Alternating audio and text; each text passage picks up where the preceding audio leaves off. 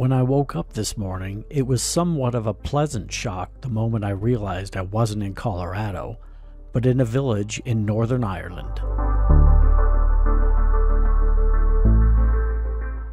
I overheard some locals in the pub last night mention that the rain was supposed to clear out today, but when I opened the curtain in my room and looked out the window, the rain was coming down in buckets. But by the time Sean and I finished our breakfast, we had what the locals call the Ulster fry, the rain had let up quite a bit.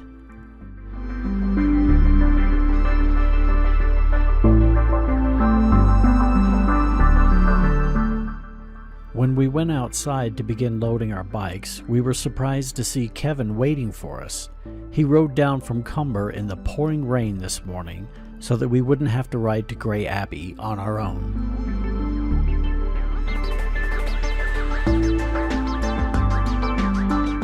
You've probably noticed by now that we've been riding and parking our motorcycles on the walkways and sidewalks.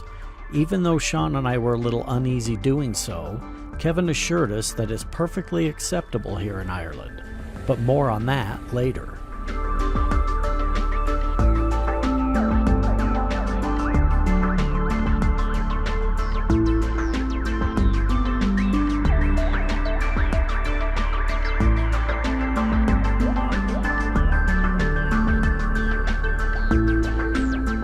It was only about a 30-minute ride from Portaferry to Grey Abbey. We chose to add a few abbeys to our list of sights to see because the ancient architecture is just as dramatic as the castles are, and Grey Abbey was no disappointment.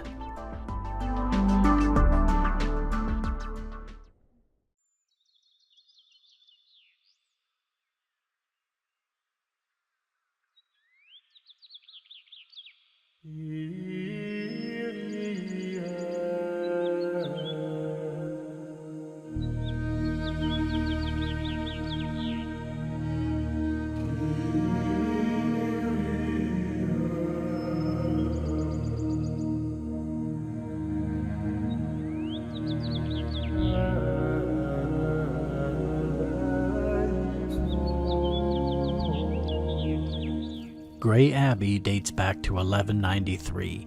It was founded by the wife of John de Courcy, the Anglo-Norman conqueror of the province of Ulster. It was the first fully Gothic-style building in Ulster, in which every window and door arch is pointed rather than rounded.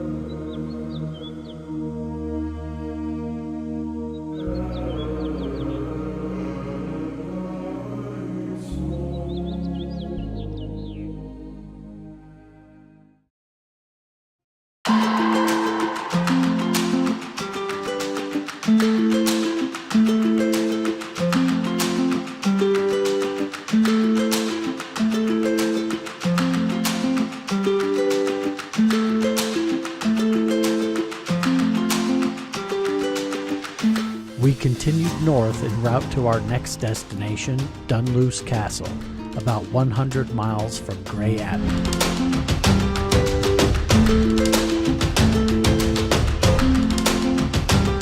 As we were riding through Belfast, Kevin suggested that we stop and see the House of Parliament, better known as the House on the Hill.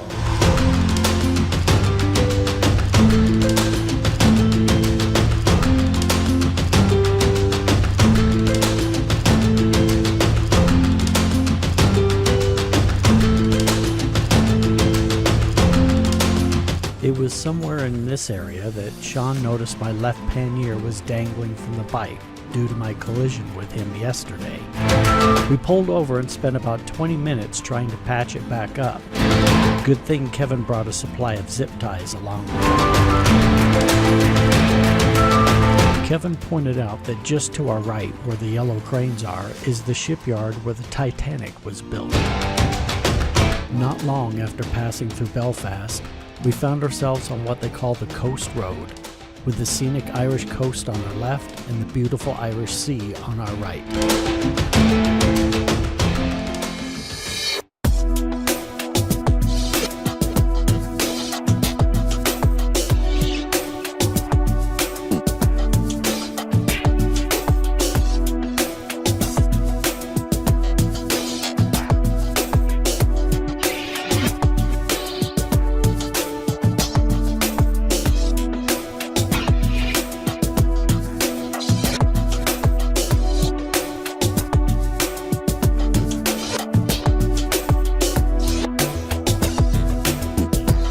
We pulled over for a quick break, which gave me an opportunity to look towards the London area and wave at all of my relatives there, as I promised my cousin Kevin I would.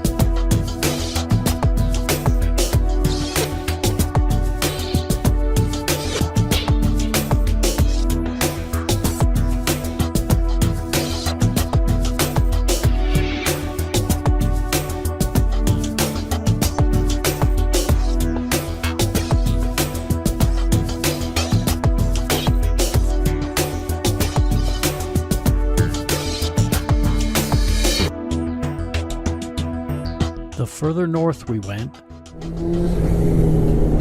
the more motorcycles we saw. This was due to the Northwest 200 motorcycle race starting this week.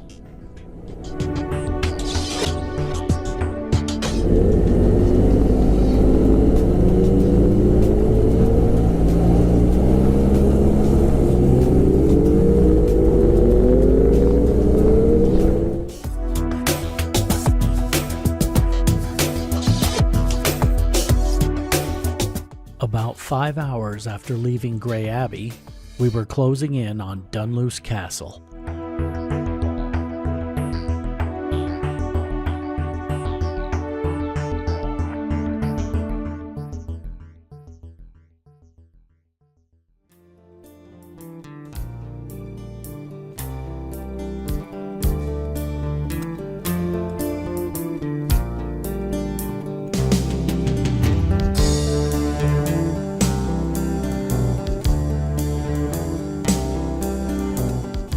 Dunluce Castle is by far the most dramatic castle we visited on this trip, sitting high on the edge of a cliff overlooking the North Atlantic Ocean. It was built in the 1200s and documented to be in the hands of the McQuillan family in 1513. A local legend states that the kitchen collapsed into the sea one night during a dinner party, killing all but one of the kitchen staff. The wife of the owner at that time refused to live in the castle any longer.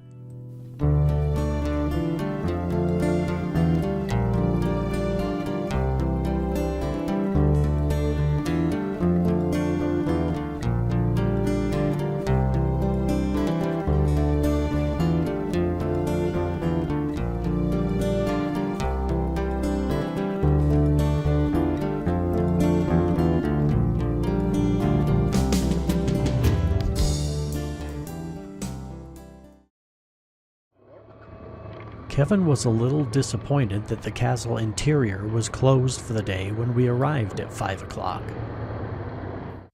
That's Kevin trying to get a peek over the wall. So, Before we left Dunluce Castle, Kevin suggested that we take a little tour of the walking path in front of the castle entrance. But on the motorcycles.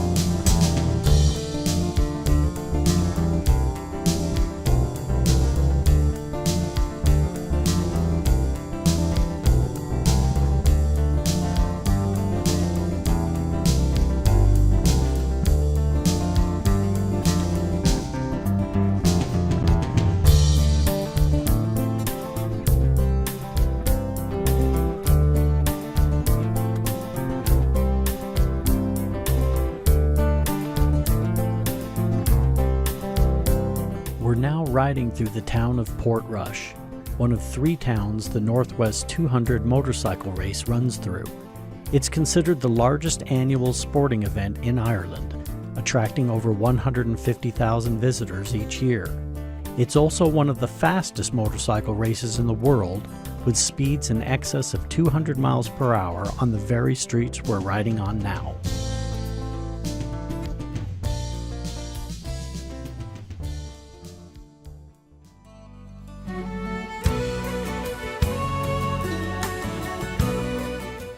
Not far from Portrush, we stopped for a quick break at Downhill House.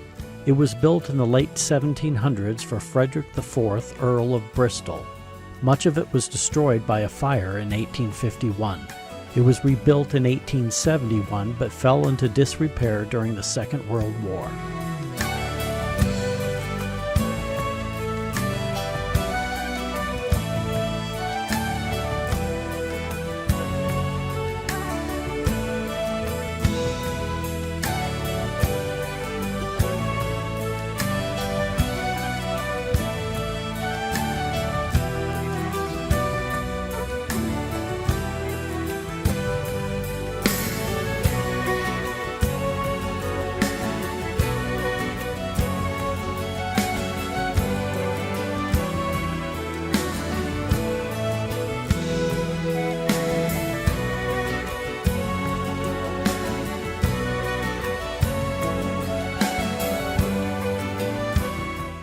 We arrived at Kevin's home near Derry late in the evening, where we were treated to the warm Irish hospitality of his wife Kathleen and their 2 sons Cahir, Oshie, and an excellent homemade shepherd's pie.